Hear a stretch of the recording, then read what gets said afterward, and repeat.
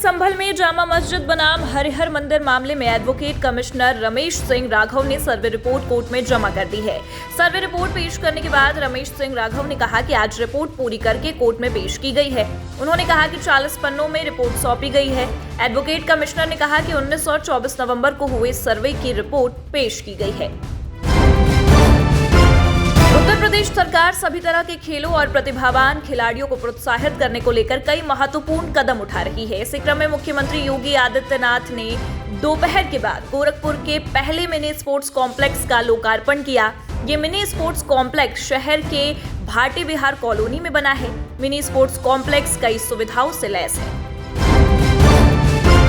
महाकुंभ 2025 को लेकर तैयारियां तेज हैं। वहीं इसी बीच उत्तर प्रदेश के उप मुख्यमंत्री केशव प्रसाद मौर्य ने महाकुंभ 2025 पर कहा कि प्रयागराज अतिथि देवो भव की जिम्मेदारी निभाने के लिए पूरी तरह से तैयार है।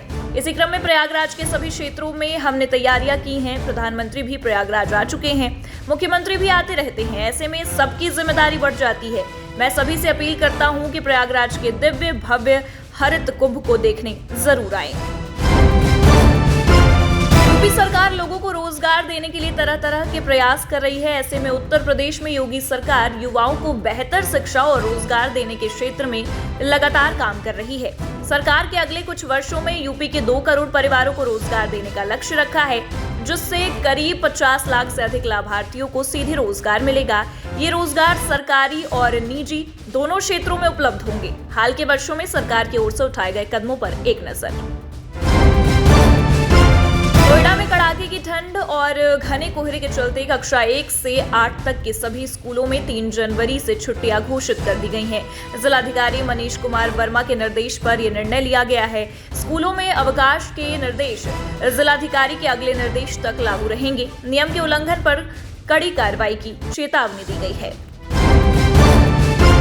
महंत नरेंद्र गिरी की आत्महत्या मामले में नया मोड़ आया है। आरोपी आनंद गिरी के पिता ने लगाया रविंद्र पुरी पर साजिश का आरोप। उन्होंने दावा किया कि उनके बेटे आनंद गिरी निर्दोष हैं और रविंद्र पुरी ने उन्हें फंसाने के लिए साजिश रची है। 20 सितंबर 2021 को महंत नरेंद्र गिरी का शव मठ के कमरे में रस्सी के फंदे में लटकता मिला था। मदरसों में नकली नोट पकड़े जाने के मामले को लेकर यूपी सरकार में कैबिनेट मंत्री और सुहेल देव भारतीय समाज के अध्यक्ष ओपी राजभर ने मदरसों में नकली नोट पकड़े जाने पर सख्त कार्रवाई करने का आश्वासन दिया। उन्होंने कहा कि इस तरह के कुकृत्य से पूरे समाज का नाम बदनाम होता है। महाकुंभ की तैयारियों के बीच सपा अध्यक्ष अखिलेश यादव द्वारा किए गए सवालों पर पर्यटन मंत्री जयवीर सिंह ने पलटवार किया है। उन्होंने कहा कि अखिलेश यादव को कुंभ में आना चाहिए और डुबकी लगाकर पापों से मुक्त होना चाहिए।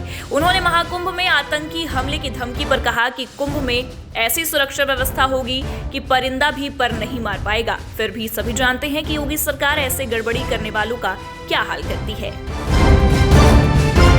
यूपी के फिरोजाबाद में कथित गौ संरक्षण में भ्रष्टाचार का मामला सामने आया है। गौ सेवा आयोग के सदस्य ने जांच के बाद गौशाला में पल रही गायों की संख्या और रजिस्टर में दर्ज गायों की संख्या में हेराफेरी को उजागर किया है। दरअसल यहां एक गौशाला में रजिस्टर में 72 गायों के लिए चारे का पैसा सरकार से लिया जा रहा है। इसके उलट गौशाला में सिर्फ 52 गायों को ही पाला जा रहा है।